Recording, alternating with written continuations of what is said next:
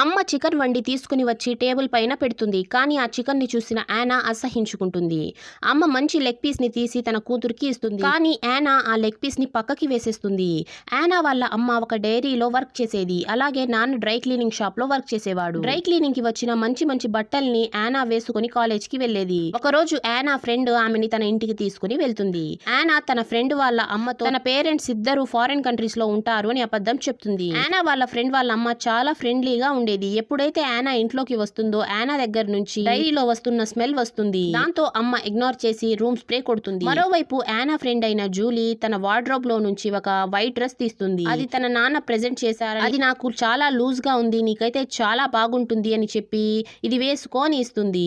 దాంతో యానా ఆ డ్రెస్ ని వేసుకొని అద్దంలో చూస్తూ ఉంటుంది. అప్పుడే జూలీని వాళ్ళ అమ్మ పిలవడంతో ఆ పాప కిందకి వెళ్తుంది.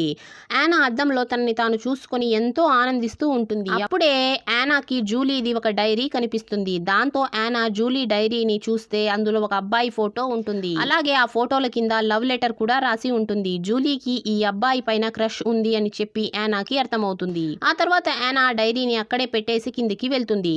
అప్పుడే యానా జూలీ మరియు జూలీ వాళ్ళ అమ్మ మాట్లాడుకోవడం వినేస్తుంది.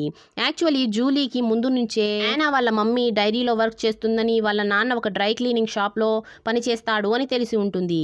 జూలీకే కాదు క్లాస్ లో ఉన్న ప్రతి ఒక్కరికి యానా గురించి తెలిసి ఉంటుంది. కానీ యానాని బాధ పెట్టడం ఇష్టం లేక వాళ్ళందరూ యానా ముందు నటిస్తూ ఉంటారు. ఇదంతా విన్న యానాకి చాలా కోపం వస్తుంది.